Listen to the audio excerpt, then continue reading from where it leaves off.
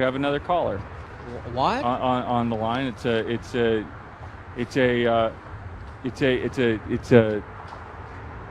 I don't want to. someone who I think has something to say to you and to me. And I knew he was going to call while we were in the car. What are you talking about? Nathan, are you on the line right now?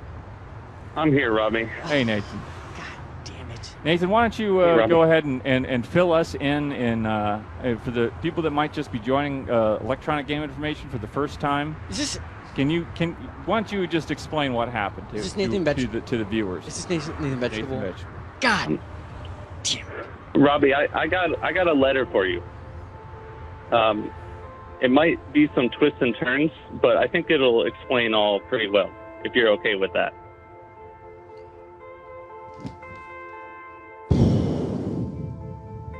I'm okay. Okay.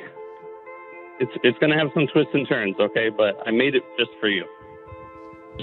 So, dear Robby, when you first spoke of the game you made up, I was instantly hooked. I felt the wonder of a teenager, first discovering naked women on the internet. An amazing new world opening right in front of me, filled with naked bodies touching each other. I was addicted. I stayed up late. I quit going to school. That was my life.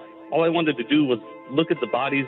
I didn't want to do homework, just watch consensual fun between adults exploring their bodies. And, well, while I explore my body. And what I'm trying to say is, if I was Jeff Bezos, the game you made up would be funded right now. And I would personally give you $10 million to make sure the game became a reality. And I'm not talking Sean and Splatterman. I'm talking Spawn and Shadowhawk. The game would be officially licensed. It would even run a limited physical print as a collector's item. There would be a 200-plus hour main story with 1,000 or more colonial-themed side quests. Your spreadsheet would be blown, have its mind blown at the value in this game. People would pre-order the collector's edition just instead of getting food, just to make sure they get the game on release date. But I'm not Jeff Bezos. And when I pledged that $9,000, I had stars in my eyes, a vision where you get to create your game that you made up, where you can press a combination of buttons to unlock free skins to play as Robby and Alan, as Sean and Splatterman. There's no gouging microtransactions. It's all included in that base game, where the cutscenes are unskippable and fully voice acted, full immersion. It was like my dream came true and everything was suddenly possible. I was ecstatic. After talking with my wife, I asked my lender for a loan of $9,000 and explained that I needed it in under a week. She asked me, "What do you need it for?" I told her, "Robby's game." She looked at me like I was crazy. She didn't understand.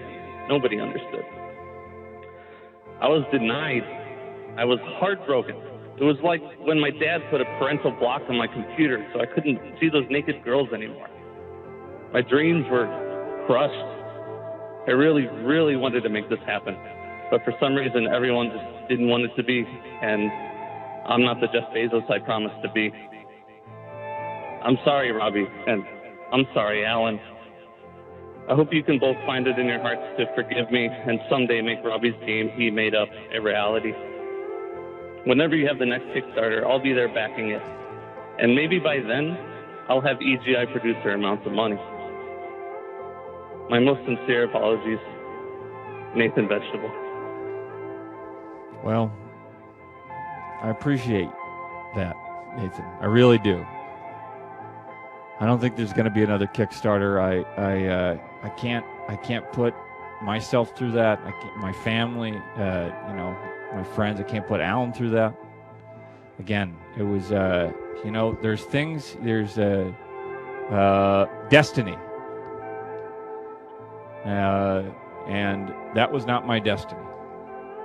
I think your destiny is to eventually make the game, just not right now, but it will happen. Well, we don't know what the future holds. The future is ahead of us, like I was saying before. But if it's okay with you, I'd like to just take that part of our lives and just kind of stick it in a box and cover the box up and put some chains around the box and just kind of drill a deep, deep well, dunk the box in the well, cover the well up. Just put on a map where the well is all I'm asking. So, maybe 30 days or 30 years from now, maybe things will change. You never know. Nathan, have you ever played Revenge of the Bird King? I haven't, but having watched your trailer, I'm pretty sure I'm going to. I would really,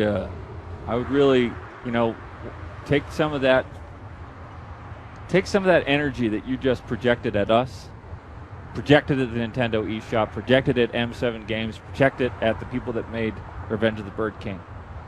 Because those people, and I have no idea if this is true or not, but I can only assume had far less resources than what we had when we set out on that doomed, naive mission that we did. Those people deserve that money. I don't think I do.